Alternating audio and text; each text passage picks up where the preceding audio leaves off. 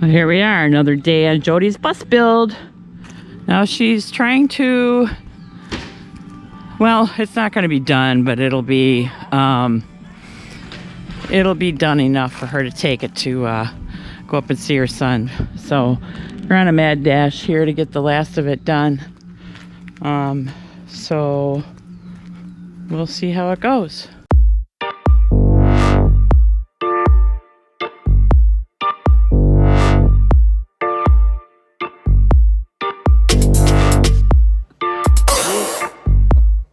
So I don't know if you can see it from this way, but Jodi and I previously had gone through and blacked out parts of these windows. Yeah, show right there. And we just, there. And then this whole entire window here, because this window, because there's a closet going in there. So, and this did these because,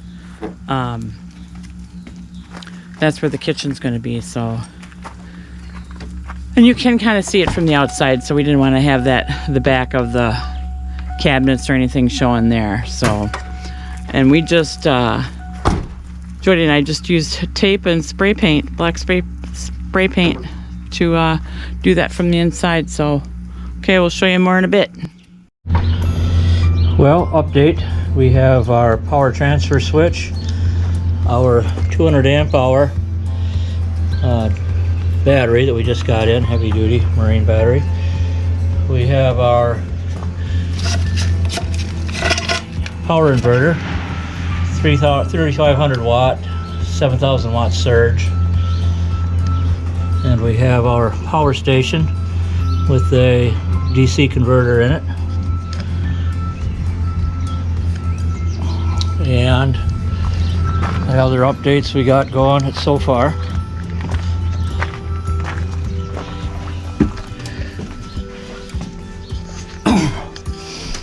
We have one wall put in here. I have all this wired and labeled, all my wires. We're going to put in this switch here. We're going to put in this switch unit. It has 12 volt. Okay, I got this light switch, the plug-in for phone chargers. Got a DC voltage indicator in the middle and a 12 volt lighter socket. Next to it, I have the inverter control. I know the light is bad here. I have the inverter control, and that's going to be remote. I have to run that back with a Cat 5 wire. I'll make my own ends on it. And then this is my unit here that I'm wiring, and my shore power that I'm going to be putting in here in a moment. We have all the ceiling rafters, I guess you'd call them, in place for the wood ceiling. All my wires are run for my spotlights. You just have to frame the opening here like I said before. That skylight's coming up. I'm going to frame in a max fan, so that has to be smaller. So that's about all we're doing right now, and as soon as I get this mess here wired up, I'll show you what we got. So we're starting with the shore power, running it through the wall. We'll get all this wired to the back of this panel, or the cord here, if I can get you here a better light. They have it labeled. It's pretty hard to screw up. White, black, and ground. So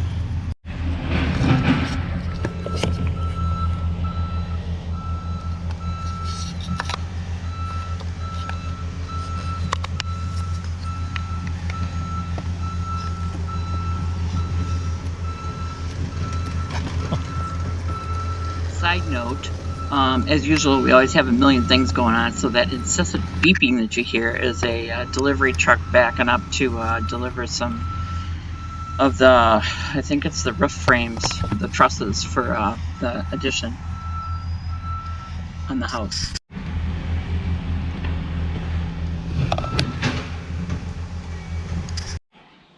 Things change all the time when you're doing a bus. You never just know.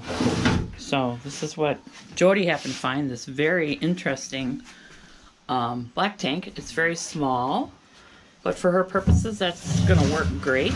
Fits through the floor. Yeah, oddly enough.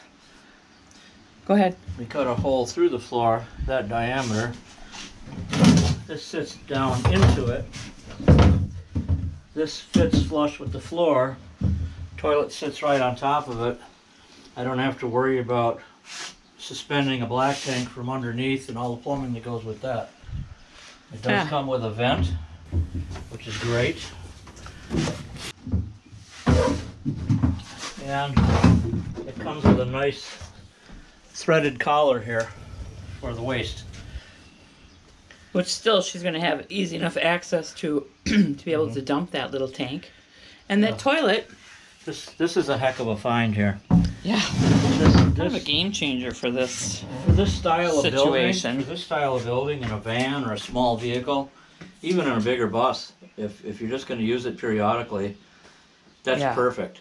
Yeah, because she's not full-timing or even part-timing. She's not using camping in it, yeah. She's not using a gray tank or anything. Yeah, so just for her purposes for the next 10 years till she retires. But this toilet is so cool, too, because it's a high-rise, which is always good for when Mama comes with us. But it also has that attached sprayer hose. So to be able to clean out the tank...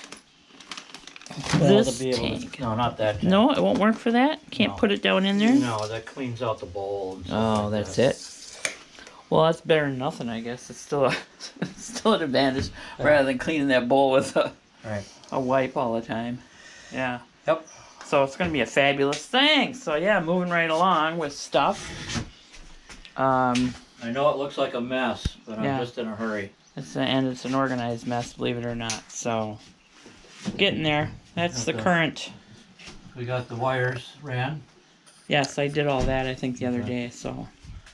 Oh, but you didn't put it in, yeah. Fancy dancy little. Ooh, got them all connected. Oh, ducks. Phone calls. Time out. Look who. Apparently she thinks she's going for her RIDE. Lucy, what are you doing? You go for a ride? What are you doing? You silly dog. You're a silly girl. You want to go live with Jodi and her bus? She loves going on your bus. Alright, Jodi ordered a 400-watt Renogy solar system. And this is a 40-amp MPPT charge controller, which comes with it. Very nice charge controller. Pure sine wave inverter. 3,500 watt, 7,000 watt power surge. Pure sine wave. We've got that running through a automatic transfer switch. The inverter is connected directly to my power transfer switch, which is then connected to the shore power. You plug the shore power in, it automatically transfers over, and when you unplug it and go to inverter, it transfers over to that. We also have a 210 amp hour battery in here. A Mighty Max is the brand name. 200 amp hour. Cost effective as opposed to buying 200 amp batteries, and it takes up less room. That in turn is connected to our power distribution center, which is 110 and 12 volt. This is how I arranged the panels on this bus. It just wouldn't work. I didn't have enough room to go end to end, but I had enough, and I didn't have enough room to go sideways. So I kind of mismatched them. I think it turned out all right. We have the vent over there for the bathroom. That's the watertight gland for the solar panels to go through the roof. And we got our max fan here.